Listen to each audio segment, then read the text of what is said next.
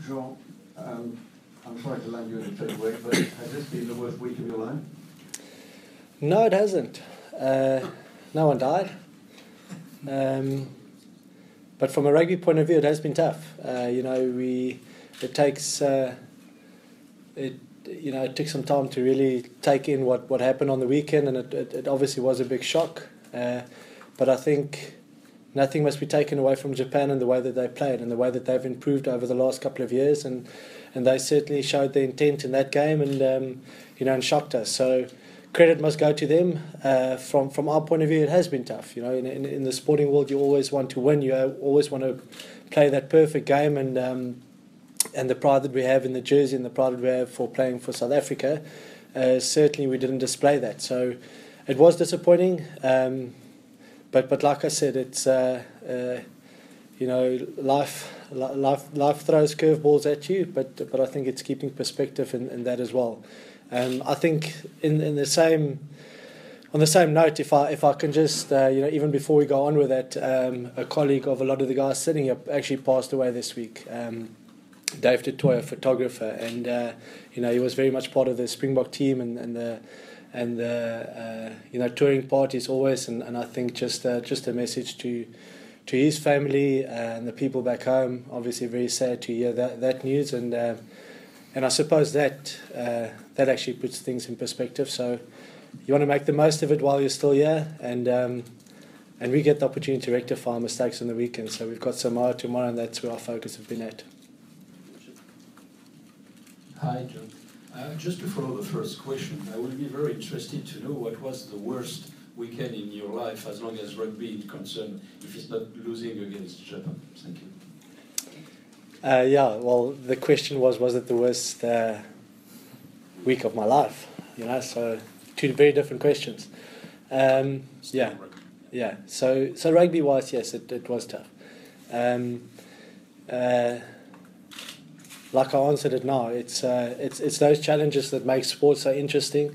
It's those challenges that keeps people watching the game and watching sport, because you never know what can happen. At the end of the day, rugby is a game that we all want to. We want it to be a global game. We want the whole world to play it, and we want everyone to get better.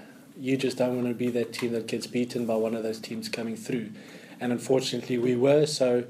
We need to take it in. We need to take it on the chin, and we need to rectify it tomorrow. To the assistant coach, just a quick word. Talk about John saying that there was a bit of freedom in the squad as much. What have you seen this week in training that really you'll feel that we'll be able to rectify after the Japan match against tomorrow? What have you seen? What have you seen in the squad? I've seen a great attitude, a great amount of determination. I think the main thing is that in sport you get over things quickly and you get a chance to put it right. We had a difficult debrief obviously on the Monday where we went through our mistakes and what we did wrong, and Tuesday we get on the field and you get it back on the horse again and you ride it. So I feel we've trained well this week, and I feel we're ready to play on Saturday. John, I'd have asked the coach if he'd been here, but with English journalists, I guess outside of South Africa, we're slightly surprised that the fly half Pollard, there would be this kind of statements made about him. If for instance, if the England football manager had said that the game's going to be won or lost by a 21-year-old player, we'd all be thinking, blimey, that's far too much pressure to be put on one player. Can I just ask what you think about that kind of style of management that, seems to be putting an enormous burden of responsibility on the shoulders of such a young player? Yeah, well, you guys had a fly-off a couple of years ago that was pretty young still when he won a World Cup. Can't remember his name. But I think Andre showed a lot of maturity for his age, and I think he's taken on a lot of responsibility as well. So I think we all see the talent that he has as a player. I think with all three flowers, but especially with the two in Pollard and Lambie, they're still very young, but they're very mature in the way that they play, the way that they read the game, and the way that they play the game. So there will be a lot of responsibility, but I think any fly-off in world rugby takes that responsibility, and when you go into that role, you know, all that pressure will come with it. So, you know, I've got all the confidence in the world that he can do the job, and as long as the rest of the team does their job, you know, then it's so much easier. So I think that's the responsibility that we have, that everyone knows what's expected of them and that we go out and execute that. Sean, we're supposed to say our names. My name is John Hopkins for the Times. The coach spoke very movingly, I think is the word, this week about the length of time he took to think about you. Did you think he might drop you? Yes, I did, and you know, I'm also very, very aware of the criticism that he's gone under for selecting me. You know, but at the end of the day, he thought it best to do that, and I'm very grateful for the opportunity that I get again to play. You know, at the end of the day, I really want South Africa to do well.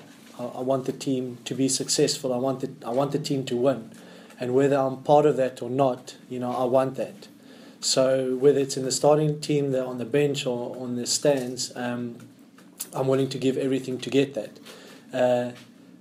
The responsibility I have this week is to perform on the field, and I've been given this opportunity again by the coach, and now's the time to put up my hand and put up a performance that's good enough and to warrant that selection.